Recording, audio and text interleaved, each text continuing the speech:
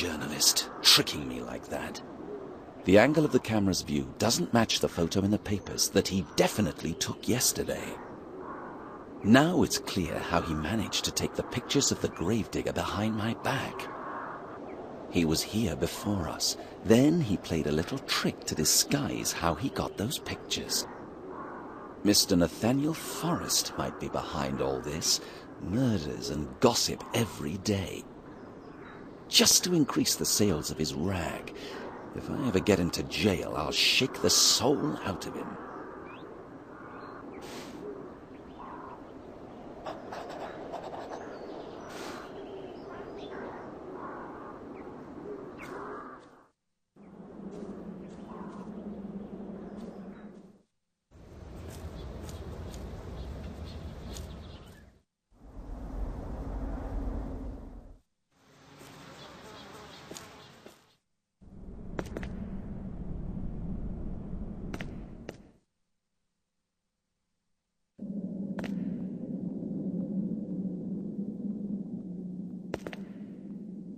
Maybe you know I met Mr. Forrest yesterday morning at the cemetery.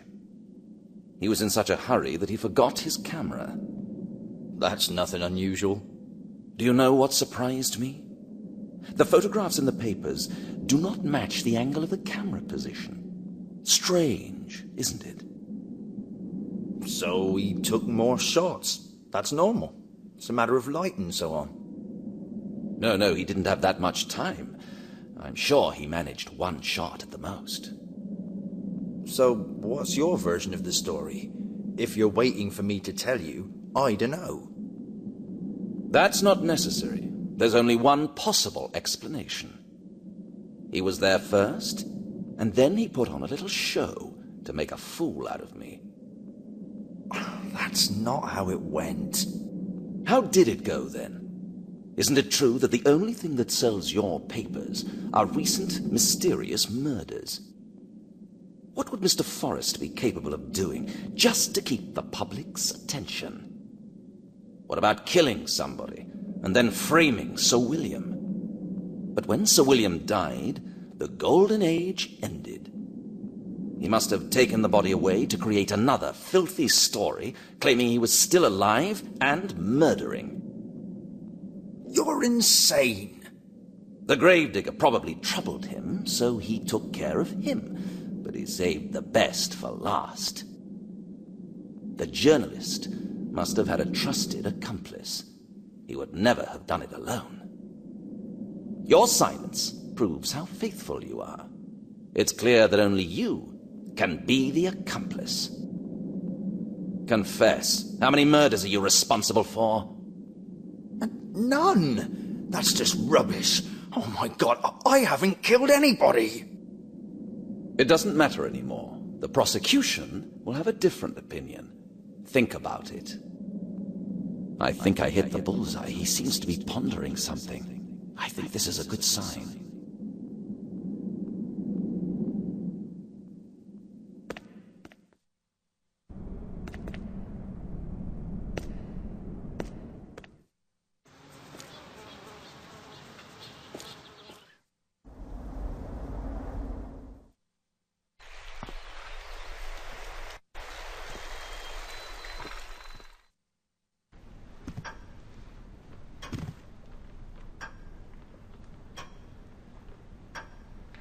Tell Lady Miriam that Mr. Stewart's body was found.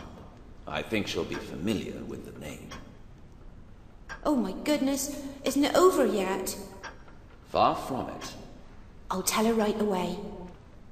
If this doesn't get that old lady to pick up the phone, then nothing will.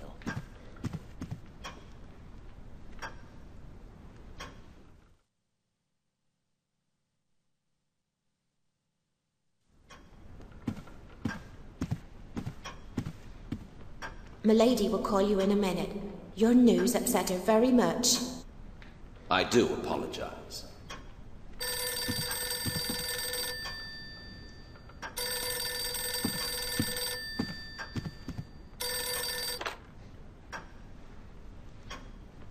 Yes, madam, I'm listening very carefully. I don't want to violate your privacy, madam, but you surely understand that The circumstances under which your grandson's body disappeared are very serious. Exactly. Mr. Stewart, your family doctor, is dead. When was the last time you saw him? And did you talk to him? I have a witness to your argument. Did he ask you for another examination of Sir William's body? It wasn't nonsense, as you think, Lady Lewis. I found evidence that Sir William, your grandson, still lived. Actually, he was buried alive. I'm terribly sorry to have to tell you that. Madam? Lady Lewis, are you all right? Miss, hurry to your lady. Take her a glass of water or something stronger. Oh my goodness, Lady Miriam!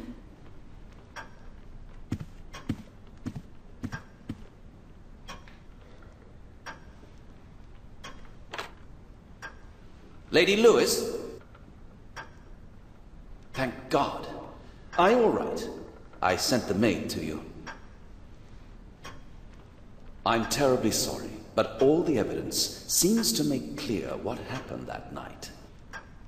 When your grandson was buried, I can't explain why your doctor first claimed Sir William was dead. And then it seems changed his mind. But it's a fact that your grandson was not dead.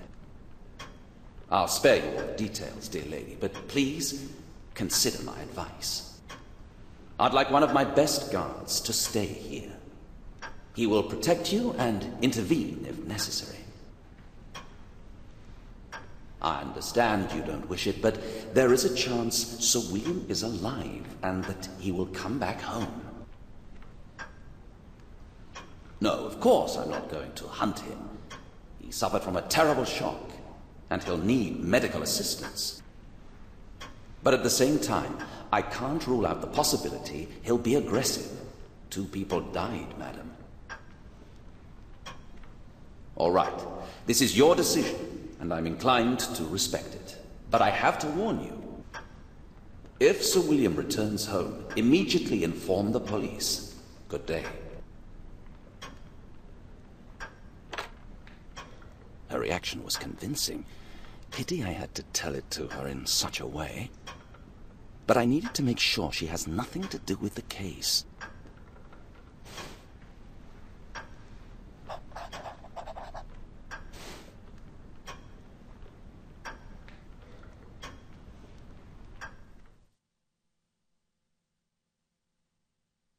It was unbelievable insolence, coming to the crime scene even before the police arrived, and then pretending to take photos when he had already done so without my knowing.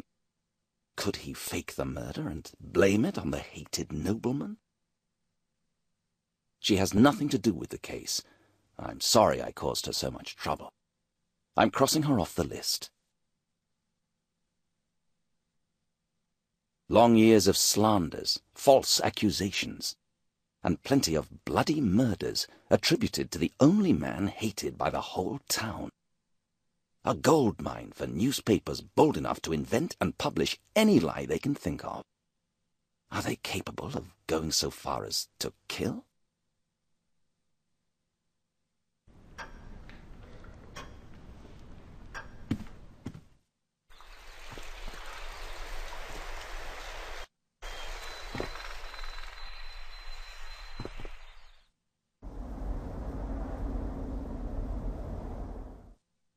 Maybe I could visit the print worker, see if he has changed his mind. He's had enough time for that.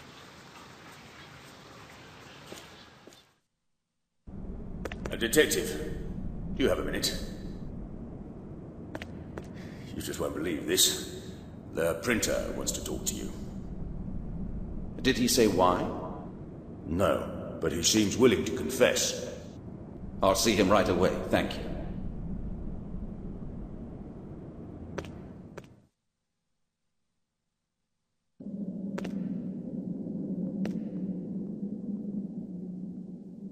Did you want to talk to me? Yes. I want to tell you everything I know. Really? What changed your mind? You can judge us, but we're just keeping the public informed of events. We ain't no murderers. Go on. Back then, Nate really was at the cemetery before you. Someone had sent him a message early that morning. Probably one of his informants. He has them all over the place. Let's say that is so. When I appeared, he had to act as if he were taking photographs, so I wouldn't suspect how the photographs made it into the papers. Exactly. Who is his informant? I have to check this. You ask him. Just before the patrol came, he got another message. What a coincidence, right? Where did he go then? Wilson Street. Some tailor's shop or something. For goodness sake, you nitwit, what kind of game are you playing? I was there today and spoke to the tailor. He was all right. If you say so. I'm just telling you what Nate told me. The tailor's shop on the corner of Wilson Street.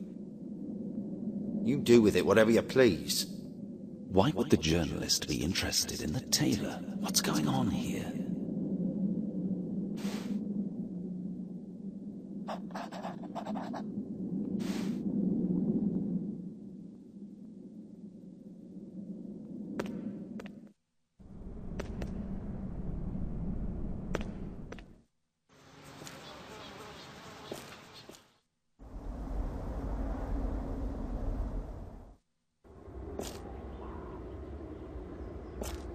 Still locked.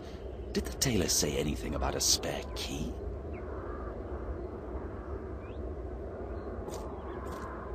The master key should be somewhere here, if the tailor didn't lie.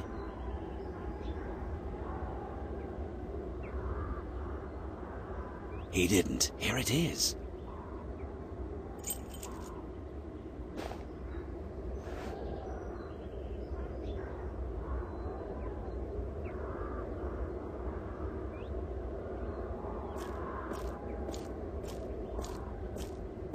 I don't know what to expect. Another victim, or the journalist laughing at me. I'll find it out immediately. I just have to be careful.